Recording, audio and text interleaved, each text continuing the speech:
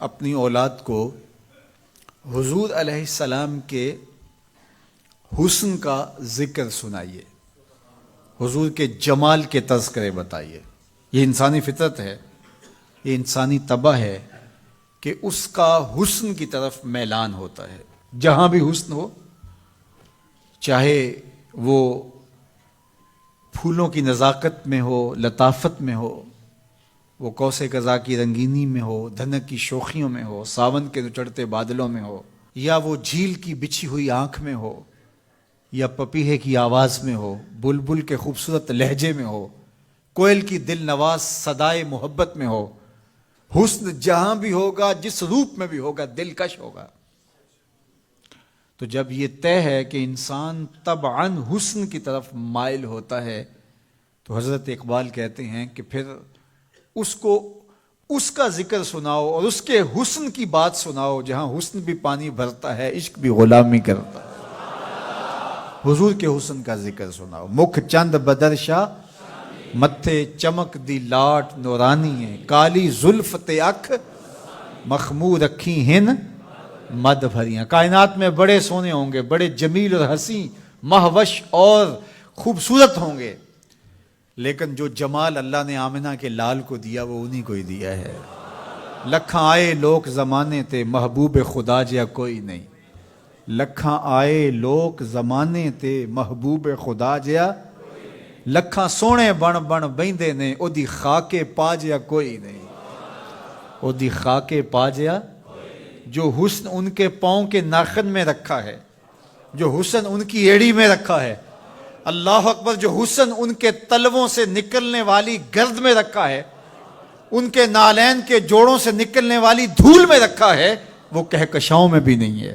جس کے تلووں کا دھون ہے آب حیات، جس کے تلووں کا دھون آب حیات ہے، وہ جانے مسیحا ہمارا نبی۔ اللہ اکبر۔ حضرت میمونہ بنت کردم رضی اللہ تعالی عنہ صحابیہ ہیں، فرماتی ہیں مجھے شوق ہوا حضور کو دیکھنے کا، تو میں اپنے باپ کے ساتھ حضور کو دیکھنے آئی، اور حضور ناقہ پہ سوار تھے، چہرے کی چمک کہ آنکھ نہیں اٹھتی تھی، کہاں ہمت کے اس جمال کی تابشوں کی تاب لا سکیں۔ تو کہا میرے میں ہمت نہ پڑی کہ جمال روح محمد کا نظارہ کروں، تو میری نظر ادب سے اور جلووں کے وفور سے جھک گئی، تو میں حضور کا چہرہ تو نہ دیکھ پائی، لیکن حضور سواری پہ بیٹھے تھے تو میری نظر حضور کے مبارک قدموں پہ پڑی۔ فما نسیتو فیما نسیتو طولا اسباہو، فرماتے ہیں کہ حضور کی مبارک انگلی کی لمبائی اور اس کا جمال، اس کا اعتدال، اس کا حسن، فرمایا مدتیں گزر گئیں، ابھی تک وہ سحر اترتا ہی نہیں ہے، ابھی تک وہ نشہ ہی نہیں اترا۔ کہا چہرے کو تو نہیں دیکھ سکی، لیکن میں حضور کی مبارک پاؤں کی ایک انگلی کی زیارت کی ہے، اور میری نظر بس وہی پڑی، اور ایک لمحے کے لیے پڑی، اور دوبارہ دیکھنے کی تاب بھی نہیں ہوئی، لیکن حضور کی انگلی کا وہ جمال اب تک میرے خیالوں میں بسا ہوا ہے۔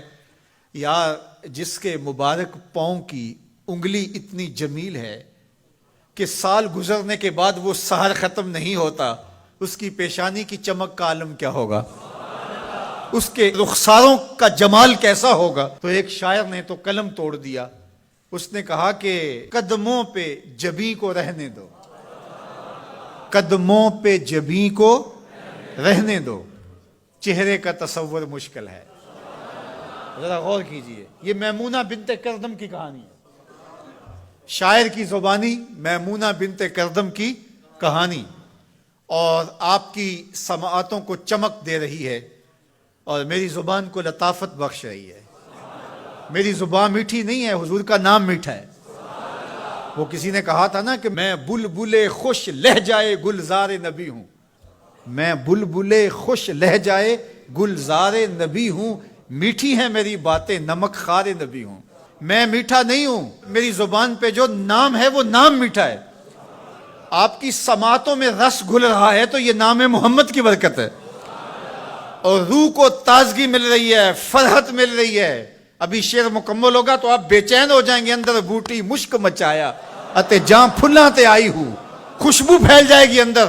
سنیے لفظ، میمونہ بنت کردم کہتی ہیں کہ میں اس جمال کو ابھی تک بھول نہیں سکی، وہ نشہ ابھی تک اترا نہیں ہے، وہ حسن ابھی تک نگاہوں سے ہٹا نہیں ہے. سال گزر گئے، مدتیں بیت گئیں، ابھی تک انگلی کا جمال نگاہوں کے سامنے ہے.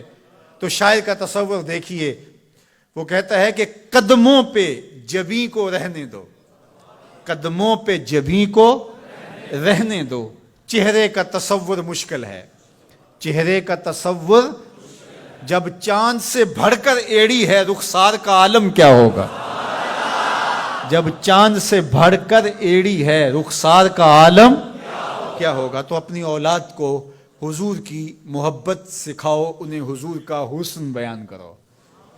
مجھے بتاؤ کہ میں حضور کے حسن کا ایک واقعہ سنایا ہے، آپ کی روح پرواز کر رہی ہے کہ نہیں؟ حضور کی محبت کا لیول بلند ہوا کہ نہیں ہوا؟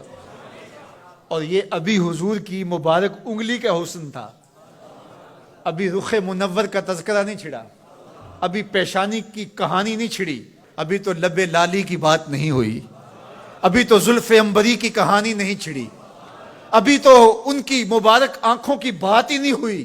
کیا خوب سجن دیاں اکھیاں نے، کیا خوب سجن دیاں اکھیاں نے، جویں پر کے سرائیاں رکھیاں نے. ابھی تو ان آنکھوں کا تذکرہ نہیں چھڑا اور مازاق کے کجلوں کی کہانی نہیں چھڑی. ابھی تو ابروؤں کی بات نہیں ہوئی، ابھی تو لامبی پلکوں کا تذکرہ نہیں چھڑا، ابھی تو ید اللہ والے ہاتھوں کی بات ہی نہیں ہوئی، ابھی تو علم نشرہ کے سینے کا تذکرہ ہی نہیں ہوا، ابھی تو حضور کی مبارک زلفوں کے خم جن کو خدا بھی حمیم کہے، ابھی تو اس کی کہانی نہیں چھڑی، ابھی تو پاؤں کی انگلی کی بات ہے.